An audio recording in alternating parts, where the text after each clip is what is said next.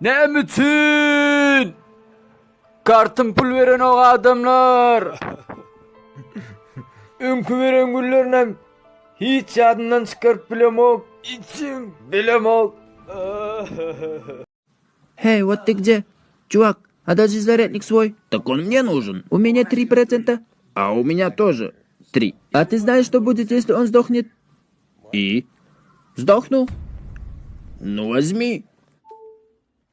А, они же не подходят на iPhone 4. Бро, у меня точно как у тебя. А вот старая семерка. Они оба сдохли. Выручай, брат. Но если ты скучаешь, то я могу тебе одолжить свой Хорошим человеком был.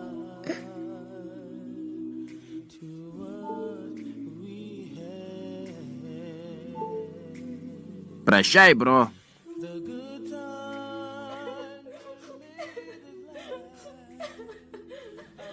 О, черт, 3%. Koy yerine oy. Salam ediydim. Selam. Pultu geçirten ediydim. Özün alıp bilmeyen mi? Meni alıp vermeyen sana. Ya kenin totirdin alıp ver ay. Ol ya. Alkol çaltıra gelimden. Çipsini alıp ver ay. Çipsi gerek mi sana? Ediydim alıp ver bana şu çipsini. Ol ya.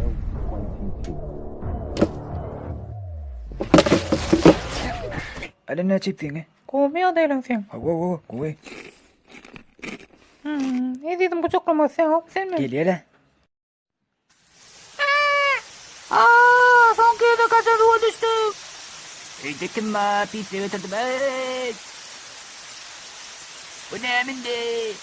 Geçene hikayenin şu attın koltuğuna tettin İsa'm hayırlar Derem hayırlar. Ay Raydetcan. Hani pizza da geliptir. İyivim olduk. Ey! Ey, bu zatları kim tölemeli ey?